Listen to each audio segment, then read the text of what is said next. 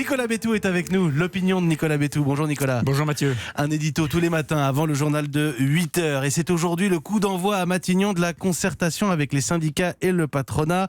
Autour de la table, il y aura bien sûr Jean-Paul Delevoye. Et oui, l'un des deux petits nouveaux du gouvernement, celui qui n'est pas ministre, qui n'est pas non plus secrétaire d'État, mais qui est haut-commissaire, un titre à part pour un rôle à part. Il assistera au Conseil des ministres lorsque son sujet sera évoqué, mais il n'aura pas de ministère, pas d'administration et il n'aura qu'un seul dossier, les retraites. On entend beaucoup qu'il aurait beaucoup aimé être ministre. Oui, c'est probable, mais ça soulevait deux problèmes. D'abord, sa ministre de tutelle, Agnès Buzyn, qui s'occupe de la santé, n'est pas réputée partageuse et elle voulait rester sur le dossier. Et puis, plus problématique, Édouard Philippe n'est pas fan de Jean-Paul Delevoye. L'un, le Premier ministre, est souvent assez sec dans son expression et va au but, parfois à contre-temps, comme on l'a vu l'an dernier, dans les premiers jours de la crise des Gilets jaunes.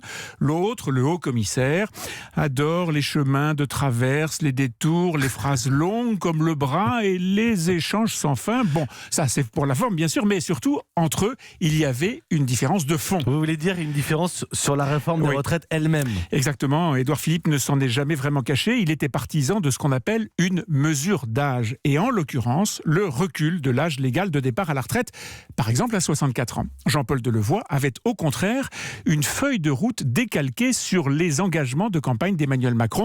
On ne touche pas à l'âge légal de départ à la retraite.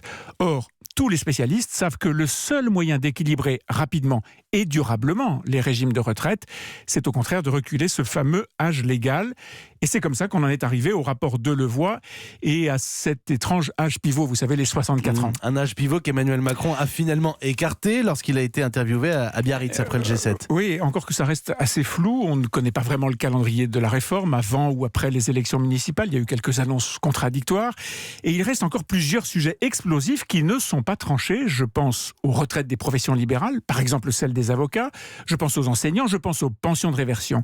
Jamais il n'y a eu dans l'histoire sociale française de réforme aussi globale et touchant absolument tous les Français.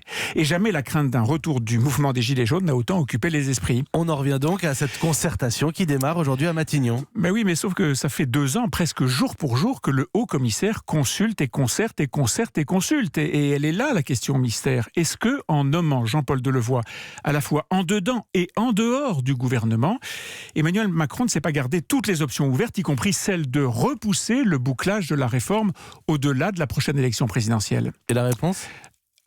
Tout dépendra du climat social.